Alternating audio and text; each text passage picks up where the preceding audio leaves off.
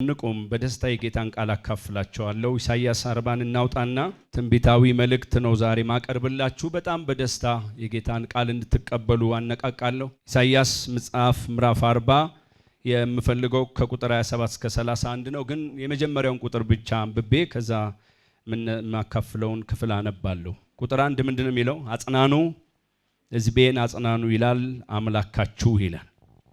ምን በሉ? አጽናኑ ሕዝቤን ምን በሉ? አጽናኑ ይላል አምላካችሁ ይላል። ቁጥር 27 ያዕቆብ ሆይ እስራኤልም ሆይ መንገዴ ከእግዚአብሔር ተሰውራለች፣ ፍርዴም ከአምላክ ያልፋለች ለምን ትላለህ? ለምንስ እንዲህ ትናገራለህ? አላወክምን? አልሰማህምን? እግዚአብሔር የዘላለም አምላክ የምድር ዳርቻ ፈጣሪ ነው። አይደክምም፣ አይታክትም፣ ማስተዋሉም አይመረመርም። ለደካማ ኃይልን ይሰጣል፣ ጉልበት ለሌለው ብርታትን ይጨምራል። ብላቴኖች ይደክማሉ ይታክቱማል፣ ጎበዛዝትም ፈጽመው ይወድቃሉ። እግዚአብሔርን በመተማመን የሚጠባበቁ ግን ኃይላቸውን ያድሳሉ። እንደ ንስር በክንፍ ይወጣሉ፣ ይሮጣሉ፣ አይታክቱም፣ ይሄዳሉ፣ አይደክሙም። ያነበብኩላችሁ ቃል ያለው ኢሳይያስ መጽሐፍ ስንት ነው? ምዕራፍ 40 ነው። ከቁጥር 1 ጀምሮ ሙሉን እናንተ አንብቡ ሰዓት እንድንጠቀም። ሲጀምር ቁጥር 1 ላይ የሚጀምረው አጽናኑ ሕዝቤን ምን በሉ? አጽናኑ ይላል ማ? አምላካችሁ ሚል ቃል። በጣም ደስ የሚለው ሕዝቡ ጋር ሲመጣ የኔ ነው ሚለን አይደል? ሕዝቤ ነው ሚለው፣ ሕዝቤ ነው ሚለው። ይሄን እኮ እያለ ያለው ማን ነው? እግዚአብሔር ነው። ይሄ ብቻ አይበቃንም ወይ? የኔ የሚለው ብቻ አይበቃን? ንገሩኝ እስቲ አይበቃን? በቂ እኮ ነው የኔ የሚለው፣ የራሴ የሚለው። ይሄን የሚለን ሰው አይደለም። ይሄን የሚለን ማን ነው? ራሱ እግዚአብሔር። ሕዝቤን አጽናኑ ይላል አምላካችሁማ እግዚአብሔር ነው። ሲጀምር የሚጀምረው እኔ የምናገርበት ክፍል ላይ ጠበቅ አድርጌ ለመናገር ሞክራለሁ። አጠቃላይ ኢሳይያስን መጽሐፍ ለመረዳት ከሞከርን ከምዕራፍ 1 እስከ ቁጥር 30 ማን ነው ምዕራፍ 35 ድረስ በይሁዳና በኢየሩሳሌም ላይ ከሚደርሰው ከአሦር ጥቃት እግዚአብሔር እንዴት ባለ መልኩ እንደሚከላከል በትንቢት መልክ እንደ ነብይ በትንቢት መልክ ሊናገር ሊያወሳ ይሞክራል። በግዛት ነው ያሉት፣ በምርኮ ነው ያሉት፣ ግን ደግሞ እግዚአብሔር አለ ነው። እሱ ምን ይላል? ይጋርዳል፣ ይከልላል ነው።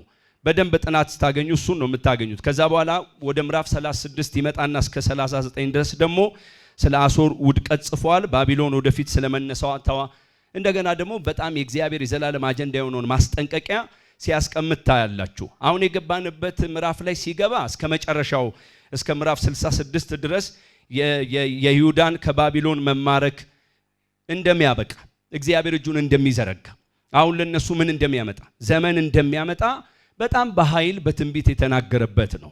ስለዚህ የበጎ ተስፋ ጅማሬ ነው ማለት ነው። ምዕራፍ ስንት? ምዕራፍ 40 ሲጀምርም የሚለው ልታጽናኑ ይገባል ሕዝቤን ነው። ክፍሉ ላይ በጣም ረጋ ብዬ ላሳያችሁ ሞክራለሁ። እነዚህ ከቁጥር 27 ጀምሮ እስከ 31 ብቻ ያለውን ነው ማነሳው ለመናገር እንዲመቸኝ። ቶሎ ብዬ ወደዛ ሄጄ ጥቂት ነገር ከናንተ ጋር አወራለሁ። ዛሬ የምናወራው የኃይል ተሐድሶ፣ ዛሬ የምናወራው ተስፋ፣ ዛሬ የምናወራው መለምለም ተፈጥሯዊ አይደለም። ተፈጥሯዊ የሆኑ ተሐድሶች አሉ የሉም? ለምሳሌ አንድ ሰው በስራ ዓለም ላይ ሲቆይ የስራ ቅርጹ እየተቀየረ ሲመጣ፣ የሚያገኘው እየጨመረ ሲመጣ ተስፋ ይሰማዋል አይሰማውም? ይሰማዋል። ነገሮችን የምታደርጉበት መንገድ ምን እየሆነ ይመጣል?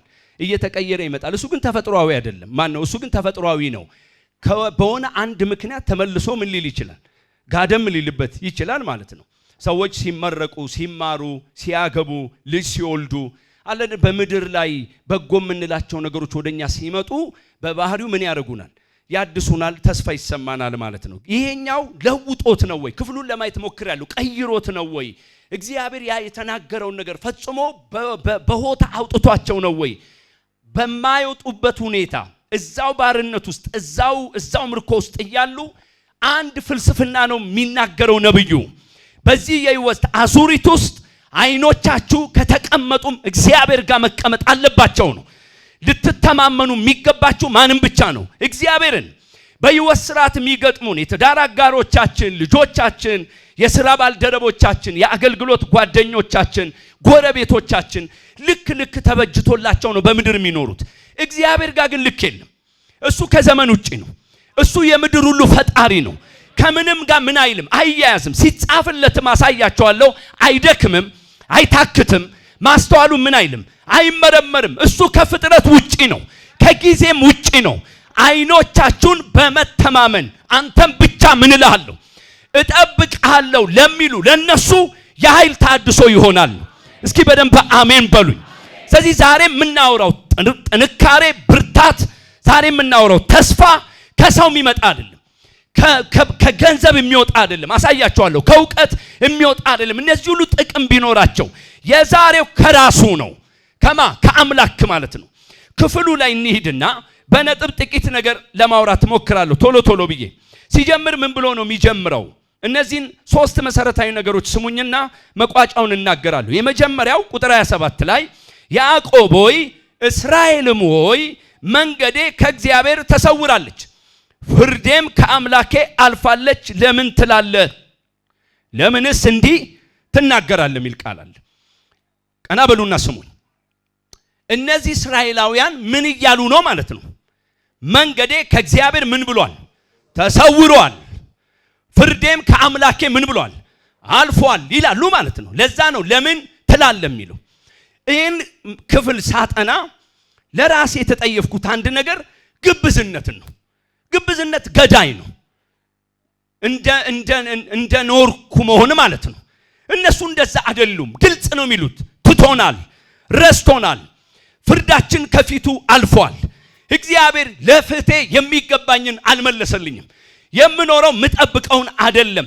እኔን ማየት አቁሟል። ጸሎቴን አይሰማም። እግዚአብሔር ረስቶኛል። ይህንን ነው ጮክ ብለው የሚያወሩት። አንድ ነገር ስሙኝ የእግዚአብሔር ቤተሰቦች፣ መጽሐፍ ቅዱስ የሚወደው ጽንሰ ሐሳብ ነው ይሄ። ብርታት ስንጫወት አደጋው ብዙ ነው። ጤነኛ ስንጫወት ራሴን ጨምሮ ማለት ነው አደጋው ብዙ ነው። ለምሳሌ የኑሮ ውድነት አሁን ርዕስ ተደርጎ ሰው ሲነሳ ኑሮ ተወደደ ብሎ ሲነሳ እንደው እዛ ውስጥ አትግቡ፣ ግድ የለም እመኑ፣ እሱ እንዳለው ነው። አንዳንድ ሰው ኑሮ ተወደደ ስትሉት ወንድሜ እኔ በሰማይ ነው ይላል። እንደዚህ ልክ አይደለም። ልክ ነው እንደዚህ ልክ አይደለም። እንደዚህ አዎ ብሎ መመለስ ኃጢአት አይደለም። እንዴት እንበርታ ሌላ ጉዳይ ነው። አይመስላችሁም? ማለት በዝማሬ ውስጥ በጩኸት ውስጥ በሚደረጉ ሃይማኖታዊ ስርዓት ውስጥ ለመደበቅ ጥረት አያረጉ። ለእናንተም የምመኘው እሱን ነው። እውነተኛ ብርታት ብቻ ሲሆን ነው የሚዘልቀው። ግብዝነት ክፉ ነገሩ የሚያደክመውም የሚያሰለቸውም ተስፋም የሚያስቆርጠው ራሴኑ ነው። እውነት ስለሌለው ማለት ነው። ያለው የመሰለኝ ስለማልኖር እንዳለው አድርጌ ምን ስለምል ገጥሟቸው አቅም ወይስ እኔ ብቻ ነኝ? መነካትን እኮ ሰው ፕራክቲስ ያደርጋል። በጣም ከባድ ነው። ካልተነካክ አእምሮ ባንተ ነው። ስንዴ ቀላ ቆዩ ይመጣል። ካልነካኝ አልነካኝም ባዶነት ይሰማኛል። እንደ በፊት ሙቀት የለብኝም። የሆነ አንድ ነገር ገብቶ እንዴት እንደሚመቸው ለእግዚአብሔር አሞናል እኮ ክብር ነው። ችግር ውስጥ ነኝ እኮ ክብር ነው። ተዛብቶብኛል እኮ ክብር ነው። ዛሬ መሰብከው በእንዲህ አይነት ዳይለማ ውስጥ ላለ የትላንትና ሙቀት የለም። ከዚህ የተነሳ መጸለይ ትርጉም አጥተውብኛል። መገናኘት ካንተ ጋር አልቻልኩም። ሃይማኖተኝነቱ በርትቶብኛል የምትል ነፍስ ካለች ይሄን ትንቢታዊ መልእክት ስሙ። እግዚአብሔር ነፍስን የሚያድስ እንደገና ብርሃን የሚያበራ ባካችሁ እስኪ አሜን በሉኝ። የማካፍላችሁ የአምላክን ቃል ነው። ተቀበሉ ባካችሁ። እንዲህ ነው የምትለው አልችልም፣ አልጸልይም፣ ምንም አይጠቅመኝም፣ እግዚአብሔር ዝም ብሎኛል፣ ተው ብሎኛል። ታስታውሳለህ? ባለፈው የትኛው ሐሙስ በኃይል ያገለገልከን ሐሙስ ጉባኤው በእንባ እስከሚሞላ መዝሙር መጽሐፍን አንስቶ ተስፋ ቆረጠን፣ አዘንን፣ ራብን። በቃ የሚገርም ለቅሶ ነበር ጉባኤው ላይ። ማለት ምንድነው ላነሳላችሁ የፈለኩት ነገር አንዱ ስንደክም ግራ ሲገባን ጸጥታ ውስጣችን ሲሰማ የሁላችን ጤናማው ነገር ትቶኛል፣ ብቻዬን ነኝ ነው። ያ የተነገረ ተስፋ ቃል አሁን የለም፣ ባዶ ነኝ ነው። እሷን ያዙ። ከዛ ነብዩ መጥቶ እንዲህ ለሚጠይቅ ሕዝብ የመለሰው መልስ ምንድነው ካልን ሁለተኛው የነብዩ የኢሳይያስ መልስ ቁጥር 28 ምንድነው የሚለው? አላወክምን? አልሰማህምን? እግዚአብሔር የዘላለም አምላክ የምድር ዳርቻ ፈጣሪ ነው እና አይደክምም፣ አይታክትም፣ ማስተዋሉም ምን አይልም አይመረመርም አለና አሁን ቀጥሎ ያለውን ስሙ። ለደካማ አቅም አጠረኝ ለሚል ለጎበዝ አይደለም። አሳያቸዋለሁ በኋላ። እኔ በቂ መረጃ አለኝ ለሚል አይደለም። በነፍስ ኃይል ለሚኖር ሰው አይደለም። ልምምዱን አቀዋለሁ ለሚል አይደለም። እንዴት እንደሚሰበክ አቃለሁ ለሚል አይደለም። እንዴት እንደሚጸለይ አቃለሁ ለሚል በነፍስ ኃይል ለሚኖር ሳይሆን የእውነቱን ደከመኝ ለሚል ኃይልን ይሰጣል። ጉልበት ለሌለው እግዚአብሔር ብርታት ይጨምራል። ባካችሁ እስኪ አሜን በሉኝ።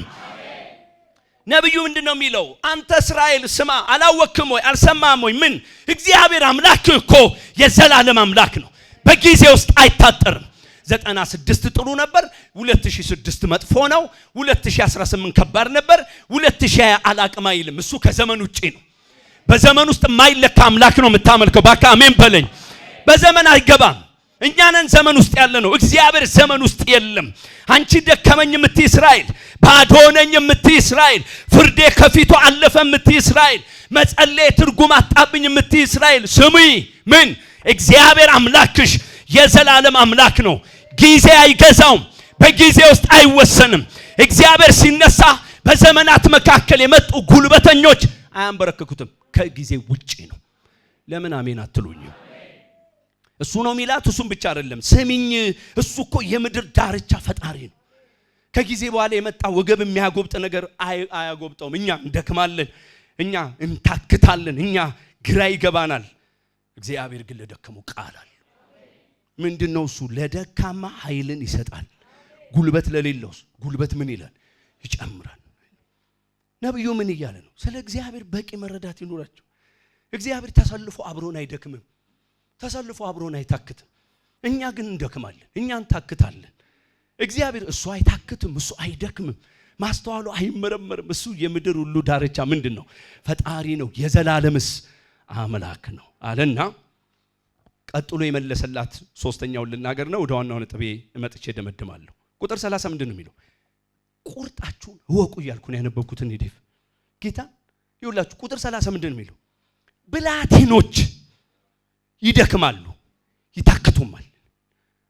ከዛስ ጎበዛስቱም ፈጽሞ ምን ይላሉ? ይወድቃሉ ይላል። በተፈጥሮ ስሙ በደንብ በተፈጥሮ ብላቴና ማለት ለነገሮች ከፍተኛ ጉጉት ያለው ማለት ነው። እውነት ውሸት? አሁንም በደንብ ስሙኝ። ብላቴና ማለት አዳዲስ ነገሮችን ለማወቅም ለመማርም የሚጓጓ ማለት ነው። አሁን አንዳንዴ እንመካከራለን። እናንተም እንደዛ የምትመካከሩ ይመስለኛል። አንዳንዴ እንመካከራለን፣ ወደ ትምህርት ብንሄድ ብንማር ምናምን ባወለ ከዛ ልክ እንደ ብላቴና በቃ አይልብንም። ለምን ልጅ አለ ምናምን የለም ነፍ ነው እና ግድ የለም እንባባለን። እንደዚህ በብዙ አጀብ እባክህ የሚባል ሰው አለ። ገና ስትነግሩ ተረክ ሚላል የሚያምርበት። አሁን ትምህርት ቤት ሊሄድ ነው ሲል የሚያምርበት የለም። እናንተ ራሱ ገንዘብ እርዳው የሚላችሁ ብላቴና ፍጥረቱ ራሱ እንደሱ ነው። ለጉልበቱ ወደር የለውም፣ አይሳሳም። እኔ እናንተን አላቅም፣ እኔን ጨምሮ ግን ብዙዎቻችን የምንተዋወቅ ሰዎች ከብዙ ዓመት በኋላ ወገብ ምን እንደሆነ እኮ አሁን አውቀናል። አላወቃችሁም ወይስ ገና ነው ወገባችሁ? አውቀናል። እንዲህ ምንጭቅ ብለን መነሳት ካቆምን ቆይተናል። ብዙዎቻችን የእድሜ ማለቴ ነው። ግን አሁንስ ዝም ብሎ ብድግ የሚሉ የሉ። አሁን ሰሞኑን ከሩሚ ጋር ያገለገሉ ታዳጊዎች ግርም እያሉ ነው። ሹ አቤት አስታወሱኝ። እንዲህ እኮ የሆንበት እኮ ጊዜ አለ። አሁን እንደዛ ነን እንዴ? አሁን እንደዛ አይደለም። ኢሳይያስ ምን እያለ ነው? አቅም ያለው ጉጉት ያለው ጉልበት ያለው ለነጻነቱ የሚሞት ተስፋና እልም ያለው ብላቴና ይደክማል፣ ይታክታል። መልእክት ነው የምነግራችሁ፣ በፍቅር ስሙ። ምንድነው የሚያወራ? ልክ ነው። አንተ በመኖር ብዛት፣ በኃላፊነት ብዛት፣ በቀን መቆጠር ብዛት፣ በኑሮ ውጥረት ብዛት፣ በልጆች ሁኔታ ብዛት፣ በባል በሚስት ሁኔታ ብዛት ድካም አግኝቶክ ይሆናል። እኔ ግን ልንገር አንድ እውነት፣ እነዚህ ሁሉ ነገሮች የሌሉት ብላቴና ይደክማል። እሱ ነው የሚደንቀው፣ ይታክትማል ይላል። ብላቴና ሲደክምም ሲታክትም በእውነት ነፃነት አይሰጥም፣ እድሜው ስላልሆነ። ኢሳይያስ ግን ምን አለ? ይደክማሉ። እነዚህ ብላቴኖች ይደክማሉ፣ ይታክታሉ። እመኔም ፍጹም ጤንነት ቢኖራቸውም ጉልበት ያጣሉ፣ አቅም ያጣሉ ይላል። በተጓዳኝ የሚጠራው ጎበዛስት የሚለው ነው። እናንተ ማጥኑ በተወሰነ ለማየት እንደሞከርኩት ጎበዛስት የሚለው ከእድሜ ጋር የሚያያዝ ሳይሆን ከጀግንነት ጋር የሚያያዝ ነው፣ ከብርታት ጋር የሚያያዝ ነው። አንድን ተልኮ ስትሰጡት በብልሃት መፈጸም የሚችል በጀግንነት መፈጸም የሚችል በጣም በቂ ችሎታ ያለው አቅም ያለው በታማኝነቱ ወደር የሌለው አሰልፉት እንጂ ሄዶ ምን አድርጎ የሚመጣ ድል አድርጎ የሚመጣ ማለት እኮ እንደዚህ ጎበዝ የሆነ ችሎታ ያለው ብልህ የሆነ ጠንካራ የሆነ በስራው የሚሳካለት አንድ ቦታ ስደዱት እንጂ አንገቱን ደፍቶ ማይመጣ ጎበዝም ይደክማል። እንደውም የሚለው ምንድነው? ፈጽሞ ይወድቃል። ምን ለማለት ነው? መወዳችሁ በእግዚአብሔር ፍቅር ስሙኝ። ትላንትና የመጣንበትን ነገር በንጽጽር እየሰራን ህይወታችንን ላለመነሳት አንድ ትልቅ ቢስማር ከመምታት እንውጣና አንድ የመጽሐፍ ቅዱስን መርህ እንከተል። ምን? ጎበዝም እኮ ፈጽሞ ይወድቃል፣ ብላቴናም እኮ ይደክማል፣ ይታክትማል። ተፈጥሯዊ ነው። ሁሌ ብርታት ሊኖረን አይችልም። ትላንትና የነበረን መነቃቃት በአንድም ይሁን በሌላ ላይኖር ይችላል። ብልህ የሆነ ሰው ለምንድነው የተከሰተው ብሎ ቁጭ ብሎ ማጥናቱ እንደተጠበቀ ሆኖ ማወቅ የሚገባው መሰረታዊ ነገር አለ ነው የዚህ የነብዩ ምስክር ወይም ትንቢት ማለት ነው። ሁለት ክፍሎችን ባነብላችሁ በጣም ደስ ይለኛል። ምሳሌ ምዕራፍ 20 ቁጥር 29 ላይ የጎበዛዝት ክብር ጉልበታቸው ናት ይላል፣ የሽማግሌዎች ጌጥ ደግሞ ሽበት ነው ይላል። በተፈጥሮ እንኳን ሂደት የአንድ ጎበዝ ክብሩ ምኑ ነው? ምኑ ነው? ጉልበቱ ነው። እንደዚህ እንግዲህ የገጠመው ሰው ካለ መመስከር ይችላል። ልጆች በተለይ ቲኔጅ ምናምን ላይ ሲገቡ ትንሽ እንደሚሞካክሩን ታውቃላችሁ። አይሞካክሩ? ይሞካክራሉ እኮ እና ቶሎ ድንግጥ የሚያደርገን እየሞከረኝ ነው እንዴ ልጅ። ባካችሁን ስሙኝ። ዘመኑን አሁን ካየን በዘር አማካኝነት መከፋት ውስጥ የምንገባበት ነው። ወይኔ ሰው በኖረኝ የምንልበት ነው። በእውቀት ቢሆን የምናዝንበት ነው። በገንዘብ ቢሆን የምናዝንበት ነው። እኔ ግን ለእናንተ መልእክታል። ለዘላለም ጸንቶ የሚኖር ጉልበት የለም። አትደነቁ ማለት ነው። እንደዚህ ሰማይ ስባሪ የሆነም እንኳን ጉልበቱ ክብሩ የሆነ ሰው እንኳን አንድ ቀን ፈጽሞ ይወድቃል። ላይን የሚያሳሳ ብላቴና ትክት ይለዋል። ከመኝታ መነሳት በረጅም ዓመት የሚመጣ ጫና ሊገጥመን ይችላል። ግን ብላቴናም እንደዛ ይሆናል። ተስፋ ይቆርጣል። ነገ አልታየውም ይለዋል። ስለዚህ ስሙኝ ወገኖቼ ሆይ በእምነት በድፍረት በታማኝነት ለእግዚአብሔር ባላችሁ መሰጠት ትላንት ትታወቁ የነበራችሁን እኔን ጨምሮ ዛሬ ለዛው እንደጠፋ የሚሰማችሁ ሰዎች ተስፋ አለ። ለምን አሜን አትሉኝ? ተስፋ አለ አለ። በጣም የሚደንቅ ግብዣ እየመጣላችሁ ትላንትና በምድር ኑሮ ደና ኑሮ ሊያኖሯችሁ የሚችሉ ሰዎች ለጮኝነት በሉ ለምን ሲጠይቋችሁ የጌታ ክብር የለብም ብላችሁ የተዋችሁት ያ ዘመን ዛሬ በአንድም በሌላ የደበዘዘም ይመስል አይነት ሁኔታ ውስጥ ያላችሁ ሰዎች ዛሬ ስሙኝ፣ ተስፋ አለ ማለት። ትናንትና የወሰንኩት ውሳኔ ሞኝነት ነበር ሆይ? በጣም የሚገርሙ ድሎች ሞኝነት ሆኖ አያውቅም። ስለ እግዚአብሔር የሚከፈል ዋጋ ሞኝነት ሆኖ አያውቅም። ዛሬ ግን ላይ መስለን፣ ዛሬ ግን ሊከበን፣ ዛሬ ግን ቅር ሊለን፣ ዛሬ ግን ተስፋ ልንቆርጥ እንችላለን ነው መጽሐፍ ቅዱሳችን ነብዩ የሚጋብዘን። በዚህ ሁደት ውስጥ እግዚአብሔር የረሳን በሚመስለን በድካም ውስጥ ስንሆን እግዚአብሔር ማን እንደሆነ ማወቃችን እንደተጠበቀው ነው። የሰው ልጅ በተፈጥሮ ደካማ ነው። የትላንት ጉልበቱ አይኖርም። ኃይል ምን ይለዋል? ያጥረዋል። የትላንትና ተስፋ አይሰማውም ነው ነጥቡ።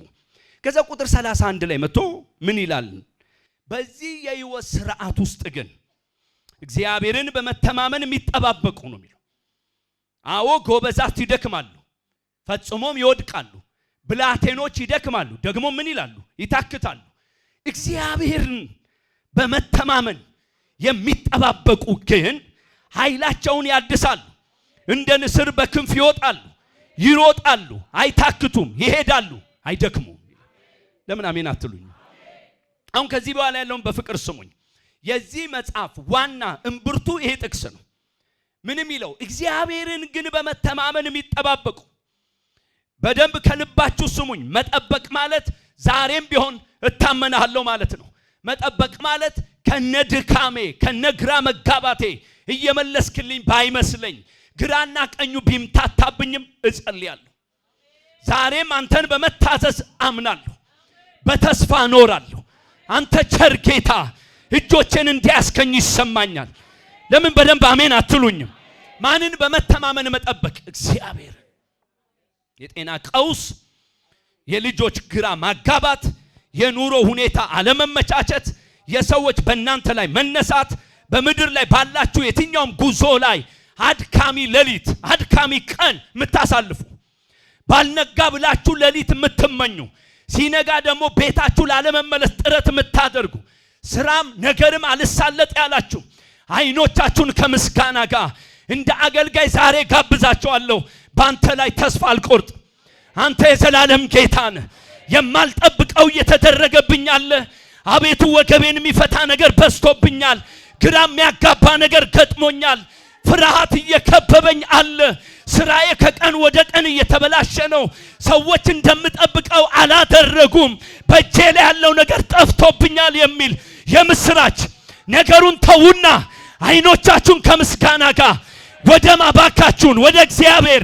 ደከመኝ የሚል ሰው ካለ፣ ደከመኝ የሚል ሰው ካለ ጤናዬ ነው አትበል፣ ሰው ነው አትበል፣ ሲስተሙ ነው አትበል።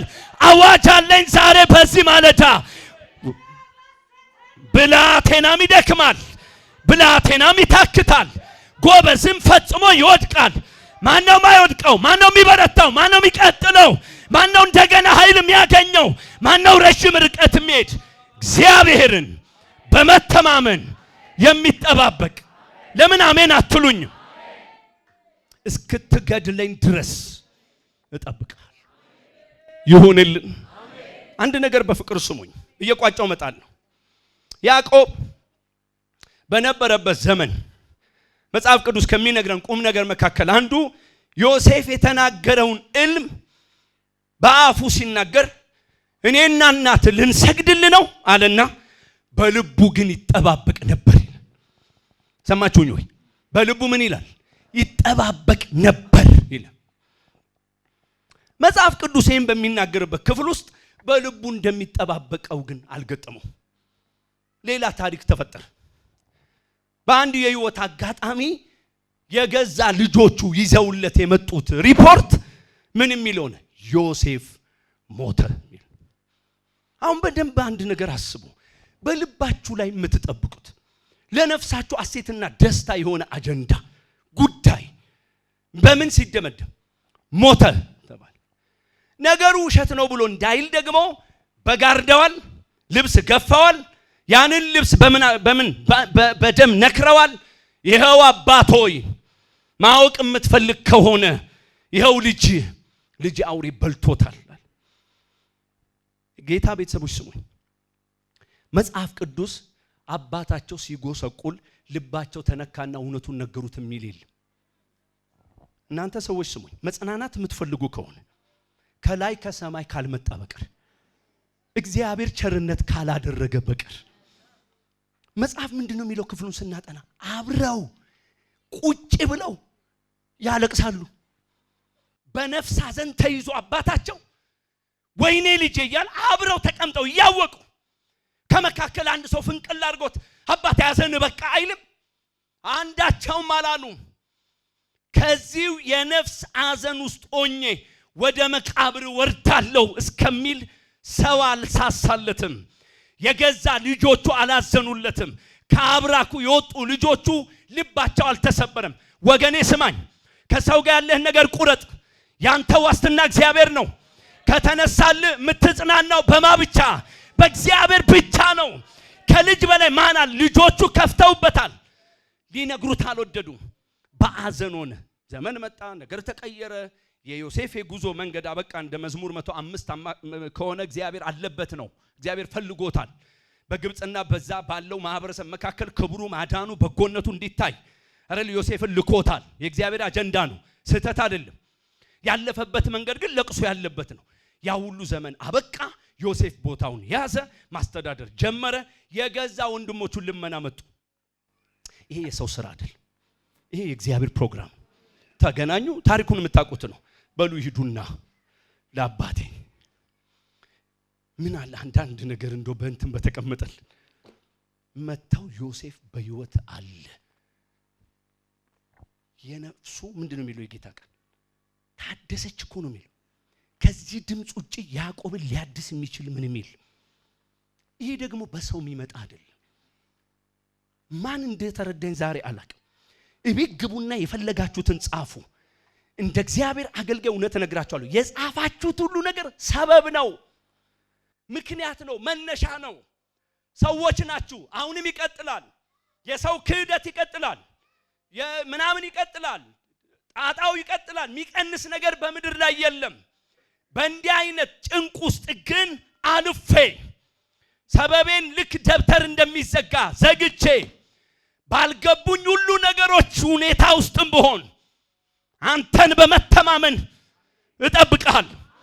በየቀኑ የምሰማው ድምፅ ባይስማማኝ ወደ ሞት የሚወስድ ቢመስል ተስፋ መቁረጥ ውስጥ ቢጨምር ዛሬ የምፈልገው ተስፋ ተፈጥሯዊ የሆነው አይደለም። በጓደኞቼ ብዙ ጊዜ ተጽናንቻለሁ፣ በባለቤቴ ብዙ ጊዜ ተጽናንቻለሁ፣ በልጆቼ ብዙ ጊዜ ተጽናንቻለሁ። ልክ እናንተ አሁን የምንፈልገው መጽናናት የሰው ያልሆነ የሲስተም ያልሆነ ባካችሁ ለምን አሜን አትሉኝም? የልዑሉ የራሱ የእግዚአብሔር ባካችሁ ይሁንልን። አሜን በሉኝ። ይሁንልን። እግዚአብሔርን በመተማመን ምንም ይሉ የሚጠባበቁ ከተግዳሮት ውጪ የሆነ ሕይወት አትናፍቁ። ከዚህ በኋላ እዚህች አጥቢያ ቤተክርስቲያን የሚገጥሙን ተግዳሮቶች ደጋግሜ ነግሬያቸዋለሁ እንደ መሪ። አሁንም ደግሜ እናገራለሁ። የገንዘብ አይደለም። ገንዘብ የማይፈታው ተግዳሮት ነው የሚገጥመን። ፈተና ተቀይሯል። ሞኛቱን አሁን ፈተና ብር አይደለም። ፈተናችን ገንዘብ አይደለም። አጠገባችን ያሉ ሰዎችን በብዙ ሁኔታ እናጣለን። በሰው የሚመጣ ጣጣ ይመጣል። አኩራፊ የትም አይደርስም። ኃይል ተቀበሉ፣ ብርታት ተቀበሉ፣ ሌላ ሰው አድርገን በሉ፣ ከሁኔታ የተለየ ህይወት ስጠኝ በሉ። አምላክ ያውቃል። ለራሴ የሰበኩት ነው የምሰብካችሁ። ማንም ልቤም ላይ አእምሮዬም ላይ ሰው የለም። እንዲህ አይነትም ትሬንድ የለኝም። ግን ያሳስበኛል። በትንሽ ነገር የሚቆም ትውልድ የትም አይደርስም። ጀግኖች እንሁን። ውጡ ከሁኔታ። ዛሬ አንድ እውነት እንጨብጣለን። አንተን ተስፋ አደርጋለሁ። ወደ ሞት እየሄድኩ ማለት ጀግኖች ሁኑ። መወዳችሁ ስሙኝ። ከግብር በላይ ኑሩ። ከማግኘት አለማግኘት በላይ ኑሩ። ሌላ መንፈስ ዛሬ ያገኘን። እንደዛች ሴት ይሄን ሕፃን መጀመሪያም ለምኜ አላመጣሁት። አንተው ራስህ ያልከው ደስ አይልም? አሁን እሱ ቀር የሞት አስክሬን እቤቷ አስተኝታ መንገድ ላይ ሰው ሲገጥ ሰላም ነው እያለች ሞቷል እኮ የለም እኮ ይሄ እኮ ከተፈጥሮ ውጪ ነው። መንገድ ስትገሰግስ ደህና ነሾች ሰላም ነው። ምን ሊፈይድል ጓደኛ ቆመ ሞተ ብትል አቀብረም ነው የሚልህ። ወምገሰግስበትን ብታቅ ይሻላል። ቤታችሁን ዝጉ፣ አጥራችሁን አጥብቁ፣ ከዘመን ጋር ፉክክራችሁን ተዉ። አንድ ነገር ተስፋ አድርጉ። እግዚአብሔር ወይ እንኳን እንደኔ ነገር የተደራረበበት አይደለም ጎበዝ እንኳን ይወድቃል። እንደኔ ግራ የገባው አይደለም ብላቴና እንኳን ይደክማል ይታክታል። እና አንተም ብቻ ጠብቃል። አሜን። የሚያስፈልገን መንፈስ እሱ ነው። ልክ እንደ መርዶክዮስ ማለት አልሰግድም ተሰግዳታል አላረገው። እናንተ በቦታው ላይ ጸንቶ ነበር። አክለፈለፈው አማ ያው እኔም ጨምሮ የፈረደበት ያቺ ፈረስ ነው የምትመጣብን። እኛ ፈረሷ ዝም ብላ አትመጣም። ፈረሱ ላይ ጫነው፣ ቆብ ላይ ደፋለት። አሁን ስንሰብክ ደስ አይልም? አማ ይምጣ ስንል አቤት አቤት የመጣ ቀን ነው ጉዱ። አማ ይምጣ ክብር ጋር ይወስዳል። ደስ ይላል። አሁን ሲሰበክ አማይቱ ጋር ነው ብለን እንድትፈልግ አያረግም። ሲመጣ ወገብን ነው የሚፈታው። ዝም ብሎ ማለት አይደለም። ይሄ እኮ ተረት አይደለም። እውነተኛ እኮ የማቃል ነው እግዚአብሔር ቃል። እዚህ ደከመው ካለ ምክንያቱ ምን ይሁን ተስፋ የቆረጠ ካለ እግዚአብሔርን በመተማመን የሚጠባበቁ ኃይላቸውን ያድሳሉ፣ እንደ ንስር በክንፍ ይወጣሉ፣ ይሮጣሉ፣ አይታክቱ፣ አይደክሙ፣ ይሄዳሉ። አሜን። ይህም ብዬ እንጸልያለን። ለምን ተስፋ አለ አልክ ካላችሁኝ፣ እኛ ሰዎች ብንደክምም ያመነው እግዚአብሔር የማይደክም አምላክ በመሆኑ ነው። ለምንድነው ተስፋ አለ ያልከው ካላችሁኝ፣ እግዚአብሔርን በመጠባበቅ የምንኖር ከሆነ ኃይል ስለምናገኝ ነው። መጽሐፍ ቅዱስ እንደሚያስተምር ለምንድነው ተስፋ አለ የምትለን ካላችሁኝ፣ ይሄ ኃይል ደግሞ የህይወታችንን ጉዞ በብርቱ ብርታት ኃይል መነቃቃት እስከ መጨረሻው ይዘን እንድንጓዝ የሚያደርግ ስለሆነ ነው። ስለዚህ ምናልባት ዛሬ በእኛ መካከል ማንም ይሁን ራሴን ጨምሮ በውስጣችን በጸሎት ደክም ያለው በቤተሰባዊ ጉዳይ ደክም ያለው በአገልግሎት ደክም ያለው በህይወት ፈተና ውስጥ እገኛለሁ የሚል ሰው ካለ የእግዚአብሔርን ጥሪ ለእናንተ አደርጋለሁ። ምንድነው እሱ? በእግዚአብሔር ተስፋ አድርጉ። ኃይላችሁን በሚያድስ በእግዚአብሔር ተስፋ አድርጉ። እንደ ንስር እንድትበሩ በሚያደርግ በእግዚአብሔር ተስፋ አድርጉ። የደከመ ልብ ዛሬ በሱ ይበርታ። ተስፋ የቆረጠ ልብ ዛሬ በሱ መነሳሳት ይሁንለት። መንፈሳዊ ህይወቴ እንደ ትላንት አይደለም የሚል ሰው እንደ አዲስ ማደስ በሚቻለው በእግዚአብሔር እንቆሙላችን ነው። ሃሌሉያ።